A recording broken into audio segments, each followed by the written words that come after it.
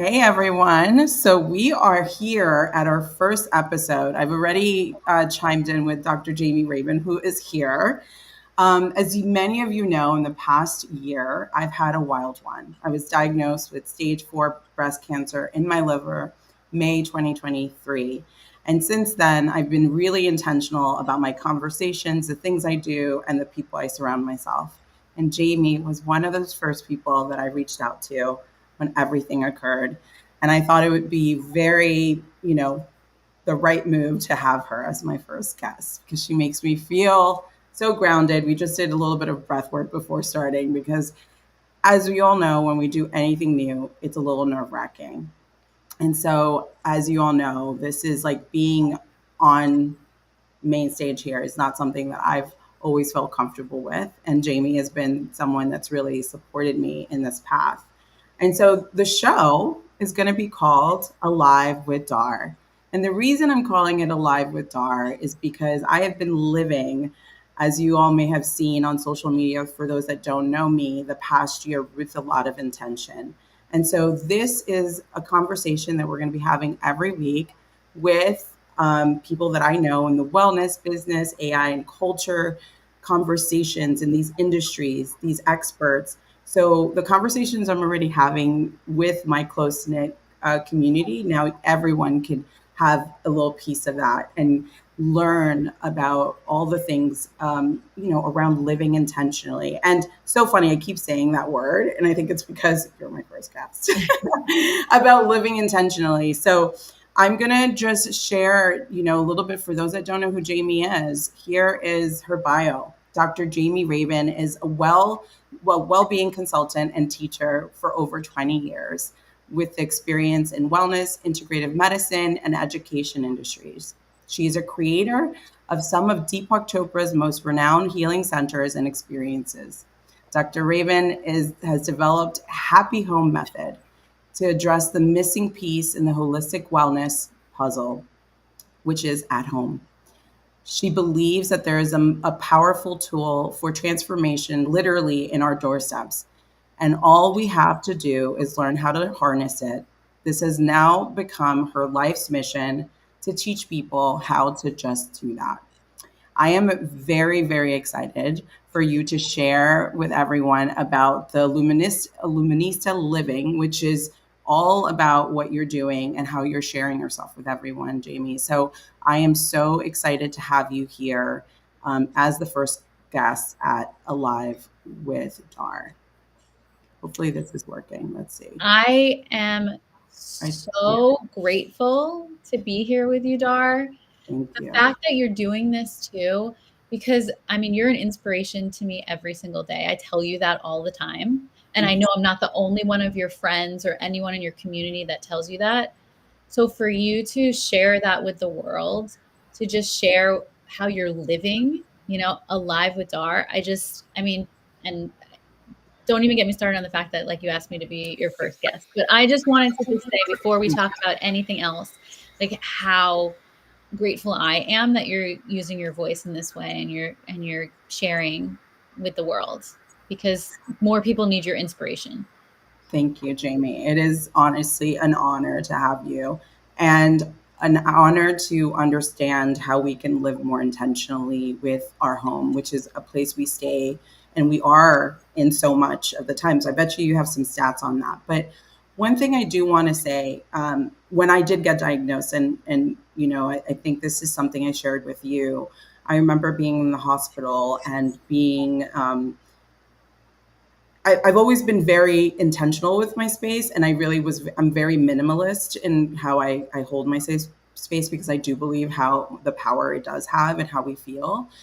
But I do remember being at the hospital, and when they told me the diagnosis and the uncertainty of all of that, the first thing I wanted to do was make my home a real home. Because I knew that things were going to shift and that I was going to be at home a lot more than I had ever planned. And so having this opportunity of being able to, I literally had a friend come pick me up and take me to Home Goods the next day. And she absolutely, what I love about my friends is that they go with all the mad, crazy questions or ideas that I have and they go with it. And I slowly walked through the aisles of Home Goods, trying to figure out what was going to make my home now feel so much more supportive in this transitional time of my life. So you probably heard me share that with you, but I think that this is just such a poignant part of like what you do and how you are serving the collective. And then for many of you that don't know, Jamie and I worked together with Deepak Chopra for many years. And that's where this connection came from. And I think a lot of the guests and people that you'll see that I'm going to be speaking with are people that I've had the honor and pleasure of working with. And Jamie and I, in your role, when I was still at Chopra, you really led us with intention and love and kindness. Hence why I became an entrepreneur because I couldn't go work for anybody else.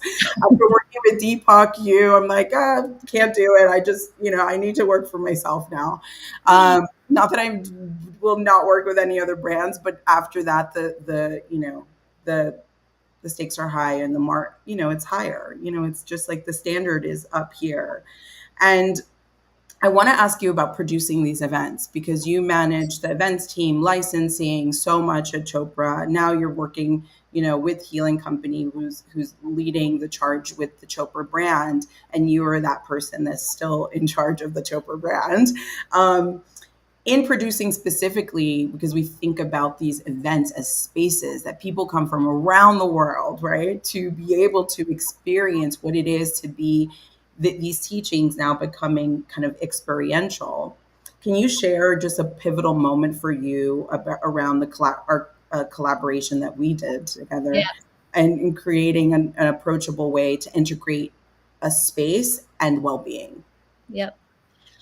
Well, first, I want to say thank you so much for the introduction and everything that you shared. Working with you was amazing. We had fun while we created these, transformative experiences for people.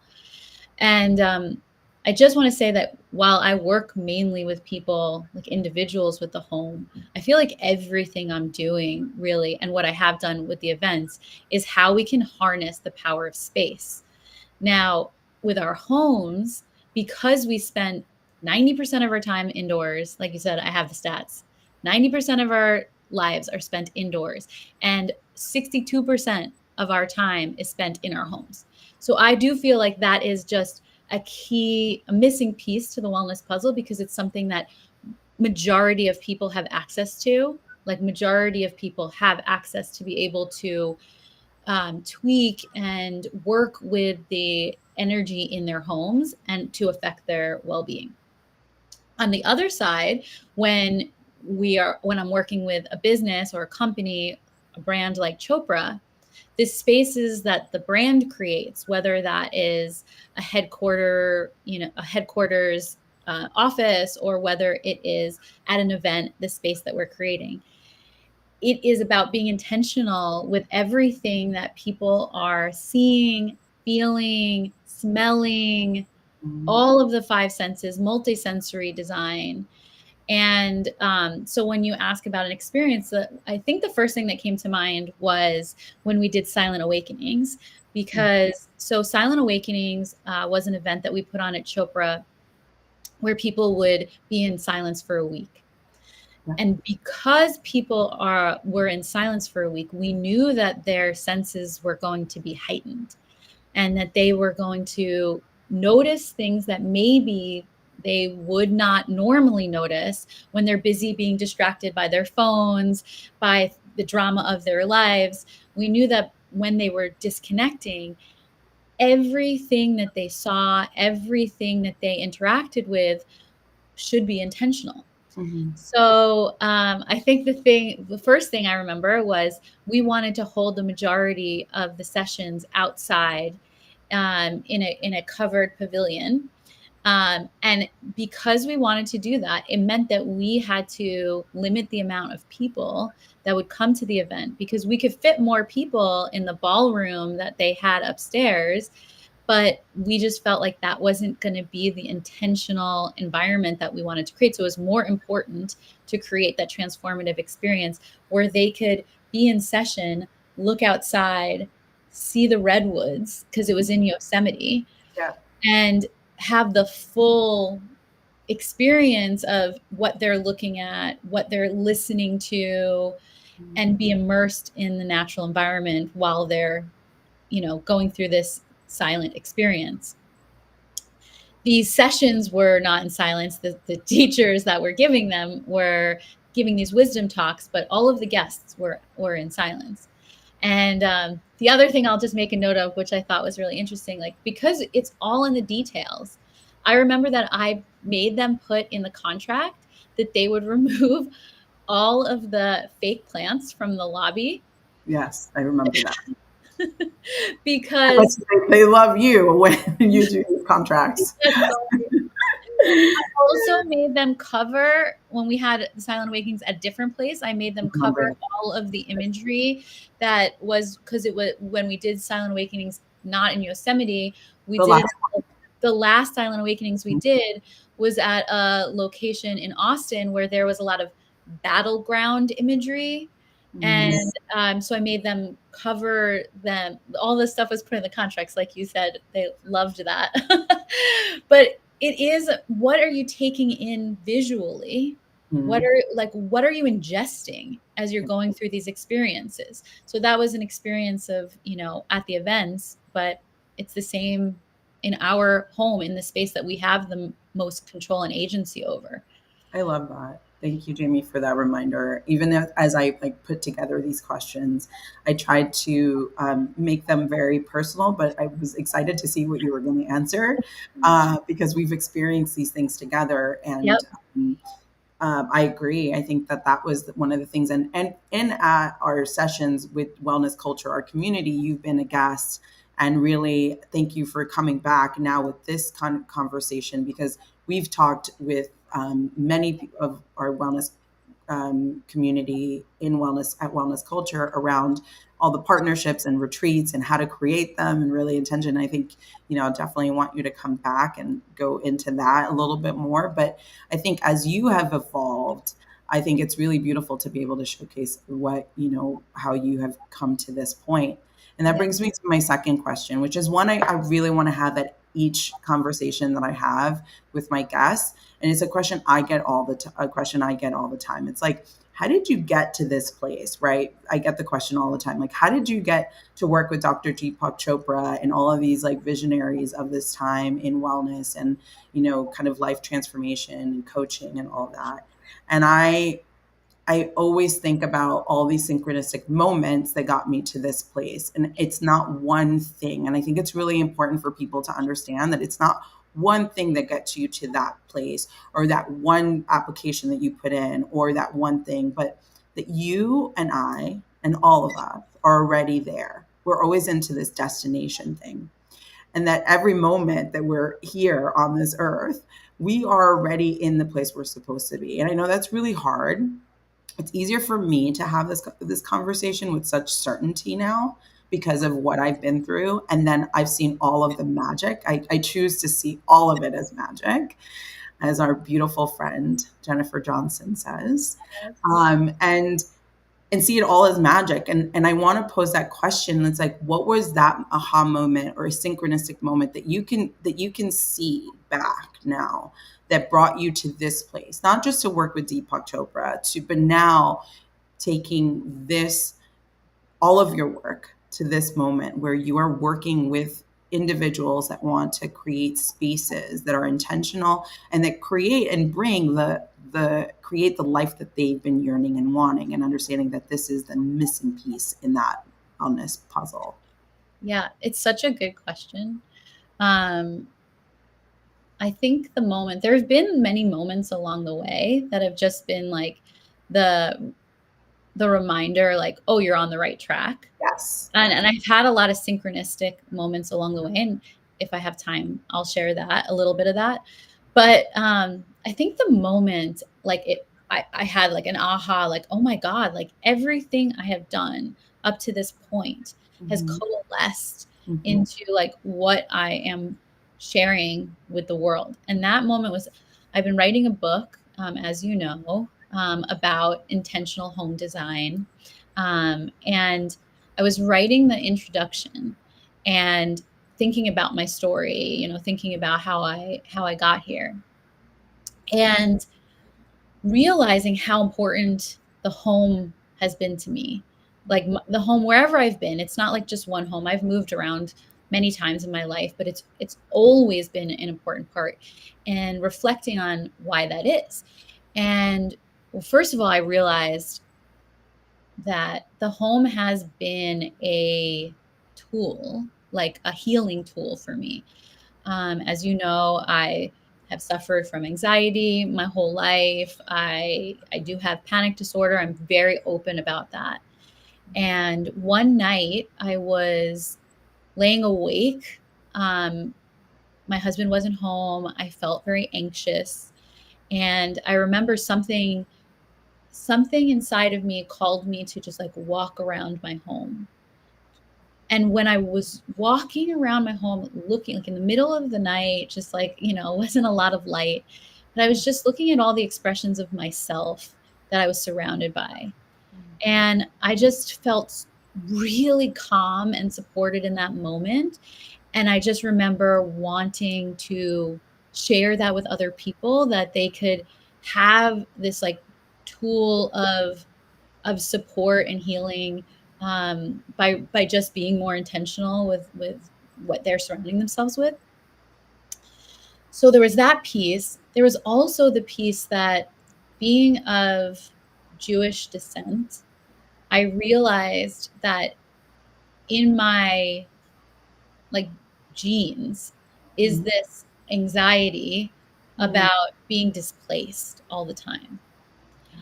And because of that, it has fostered this gift of cherishing home. Wow. So realizing those two things, That's and then huge. Wow. and then looking back on my journey, like, and just seeing how I studied. So I'm a doctor of Chinese medicine, and I was practicing acupuncture for many years. I left the practice of acupuncture to run my alma mater. I was the campus director. And then I left that because I had a calling. This was one of the synchronistic things, to do something more in the like spiritual personal development realm, which led me to Deepak. But just seeing okay, I went from Chinese medicine to a leadership role that led me to Deepak, right? That taught me so many skills about Ayurveda and about listening to yourself first and foremost. I learned Yes. that from Dr. Sheila Patel. And then working with these top architects on creating these wellness spaces where I would come and bring the perspective of, you know, the five senses and wellness, and how the space can be utilized best for a wellness practice. Anyway, bring that in, and studying Feng Shui, Yeah. and you know how that relates to Chinese medicine. It's just like, oh my God, you know, studying Chinese medicine, which led me to Feng Shui, which led me to Chopra because of my leadership role in the college, like all of these things. And if And I remember right, this was like you didn't apply for the role. You met right. somebody, and through that, then it happened. I always like to highlight that, because community is everything. Being connected is everything. So it was like that connection then brought you to that opportunity in that very moment. I mean, Right. that's the synchronicity that I was like, if I have time, Yeah, yeah, now seems like a good time to talk about it. So when I was campus director at the college, and I was probably like set to continue to grow in leadership roles even beyond that. And I was on a great trajectory at the college. And but for some reason there was this internal like pull that was like, you're supposed to be doing something else, like, and it yeah. has more to do with your personal mission and your spirituality. And I said, what? Okay, so I did like a lot of deep diving in this, like a lot of like self-reflection and contemplation. And I got really clear, like, okay, if I'm going to leave this job, which I have a great trajectory in, um, what would it be? And Mm. so I was like, okay, here is my like manifesto of what I'm creating. It's got to be a spiritual organization. This is the vibe that I want.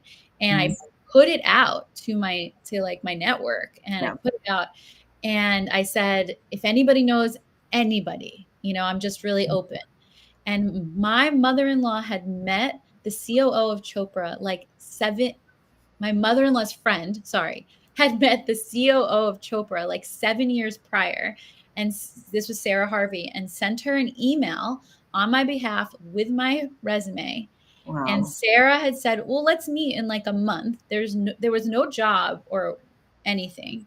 At Hmm. this time, it was September of 20, I think it was 2015. Okay. And I had said at that time that with this calling, I'm like, I'm going to I'm going to be leaving by December 21st of this year. I don't know what I'm going to be doing. So Sarah said, let's meet in November. And we met in November.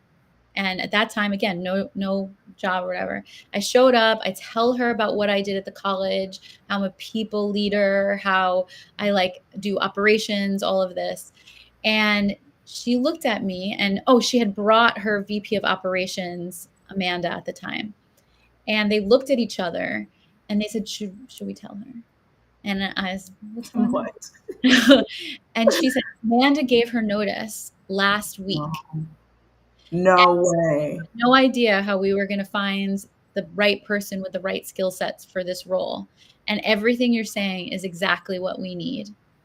Wow. And yeah.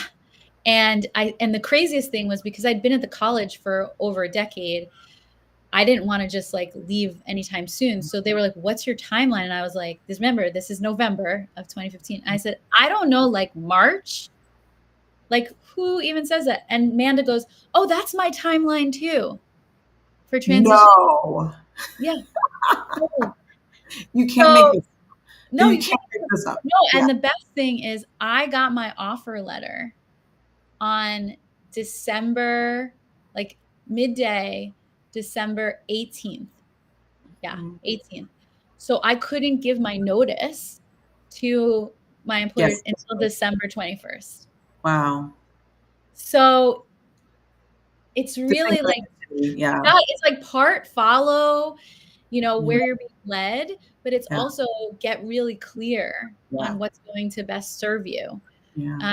And that's how you can be intentional. Like, It's not just sitting back and being like, well, I have this idea and let me correct. just like see. Like, I love that you said to being open. I think that that's one of the biggest things. It's like you don't know how it's going to play out, but just having that ability to say, you know what, I don't know how it's going to happen. I don't know the details. I don't know how, but I know it is going to happen. And I Right. was so clear. I was Yeah. so clear that like, Mm. okay, there's something needs to change. Here's what I'm creating. I don't Wow. know what it's gonna look like. That's so And yeah, yeah.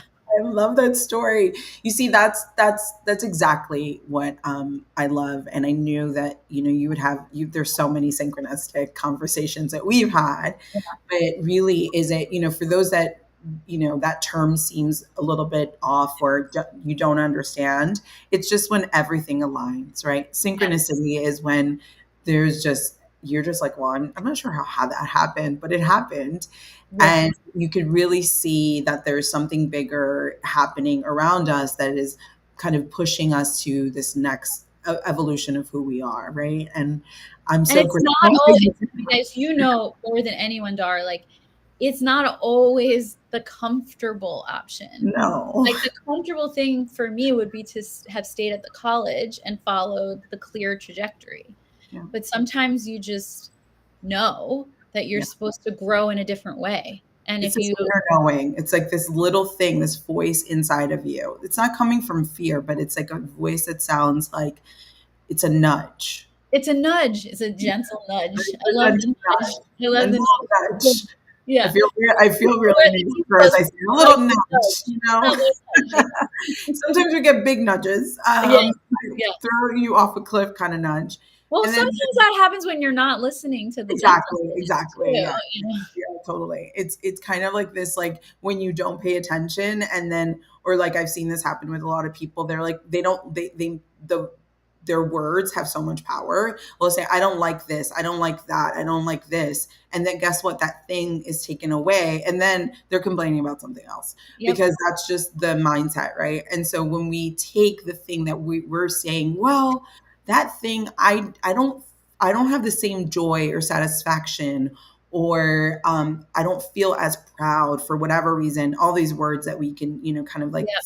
put in there about a specific thing. I feel like it's time for me to shift that, be it a job, be it a situation, a relationship, whatever it is. And then you have like this courage to kind of speak it out loud, right? And that's why people If you talk have like a about, knowingness in you. But I yeah, think what you're talking to is like this sense of awareness, right? Of being conscious, of being intentional.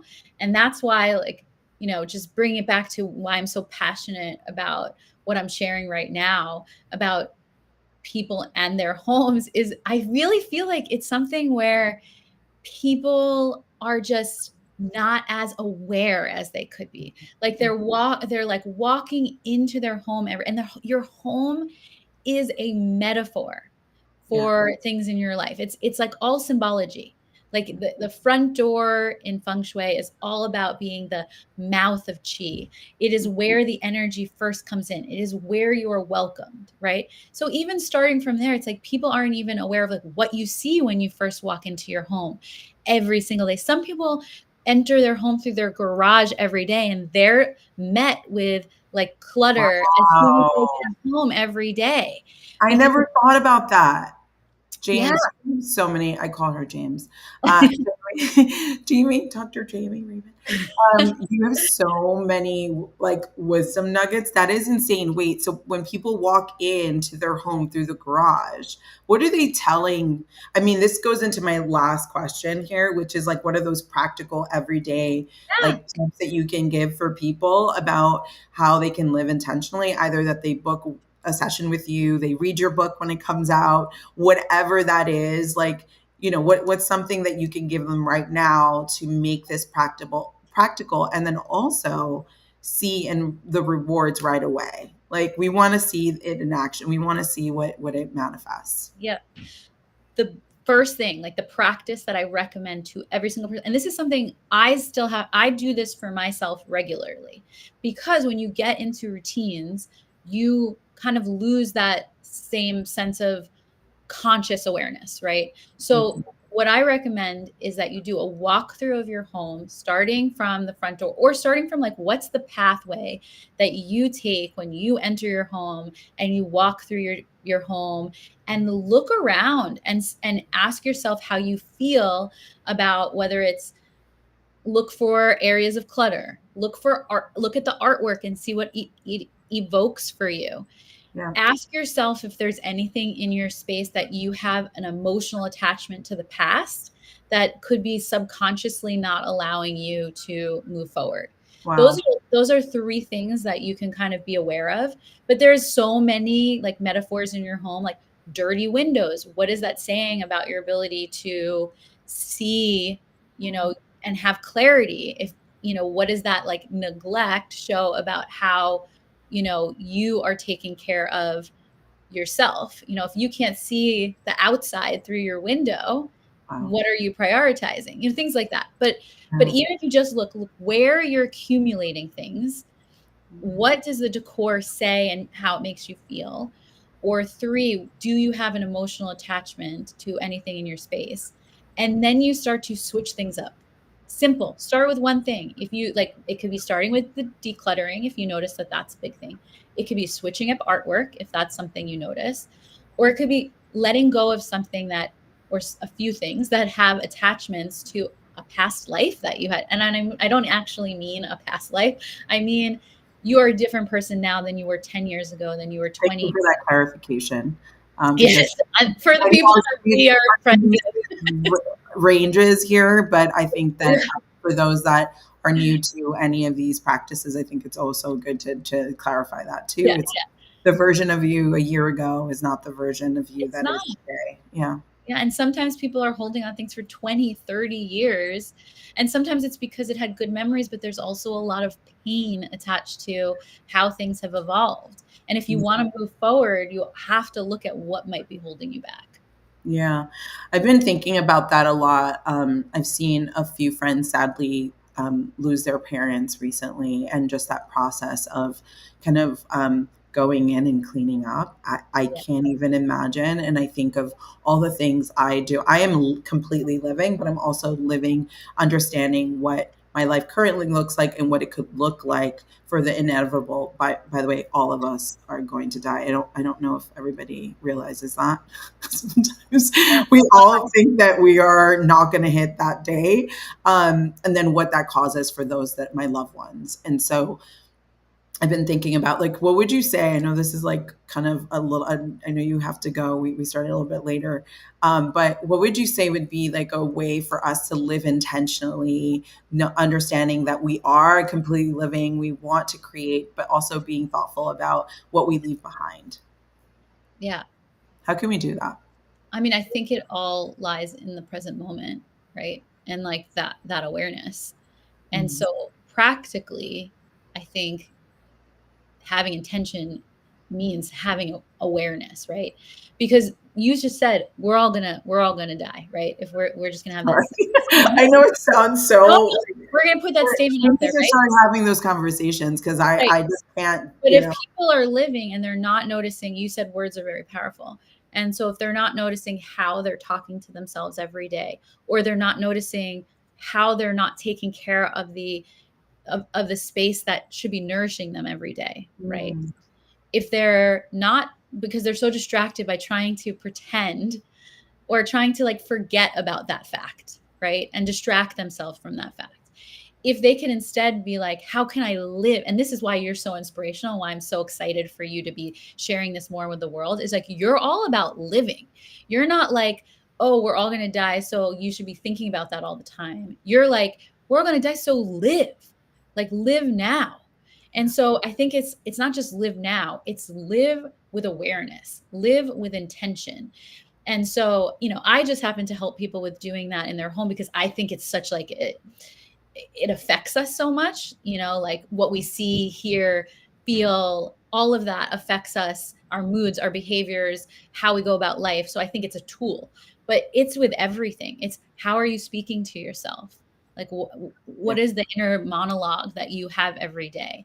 How are you showing up for your friends? How are you being grateful in the moment? And how are you taking care of the extension of yourself, which is your Yeah. space? Yeah. Thank you for that. I think that that's just something that just came up for me because I've been seeing it a lot, and it's living intentionally is living even our who we are even after we're not here, right? Like how can we leave a legacy of living intentionally, living consciously, being kind and loving to those that we love now and in the future, when we are no longer here. And I Oh think, yeah. So the legacy question, I think I yeah, missed that part of it. But I think people feel your presence or your absence or remember you when you lived by example, right? And I think that that's all you can do every day. Live with awareness intentionally and live like you are an example to the people you love. And you are an example. Like you're like my greatest example of how to live. thank you. It means so much to be able Yeah. to have these conversations, to document these, how we feel. I think we've had so many beautiful, touching, and emotional conversations in the past year, especially. And I'm so grateful that you are my first guest, that I'm able to showcase your amazing magic and what you do. And I've personally experienced, Jamie, what you've done, I think, with my home, how you've helped me and will continue, because this is an ever evolving thing. And it's just like not just a one time deal. We're always changing, and being able to manifest and use my home in a way that like feels really supportive to me and to those that visit me, and I get to experience my space. Yeah. So I I cannot wait for you to come back. I'm already like, okay, when's the next one? We need more of these conversations. There's so much. And I think today we really showcasing you and your magic and is amazing. And then I want to just continue to share, your wisdom because you have so much to share, Jamie. You're so gifted, and I'm so proud of you that you have, because it is not easy. The easy route is for us to I just keep know. doing what we do. The hardest part, just me doing this. I mean, look at me in the beginning. I was nervous. I was stumbling. It is okay. I'm okay with that. I'm okay with not being perfect. And guess what? Next time I'll be better. And next time I will. But that takes courage. And that's what it's all about. To live is to live. To live is to be courageous. And And just authentic. And authentic. That's what you are. And authentic. Yeah. and this is it. And so I want to just mirror that to you, that I see everything you're doing and creating, and it inspires me to keep on doing the things that I want to do and I want to create, with my book coming out next month in September around my birthday, and all the things I want to create while I am here alive. So, with that, this is our first show. Thank you, Jamie, for joining. I You might be a standing guest as soon as I'm here for you whenever. I think you might be like a monthly guest. And I'm so excited to continue to share this. This is just the first of many. And I hope you all have a blessed day. Thank you for joining us. Thank you, Jamie. Thank you. I love you, Dar. Love you too. Mwah, everyone.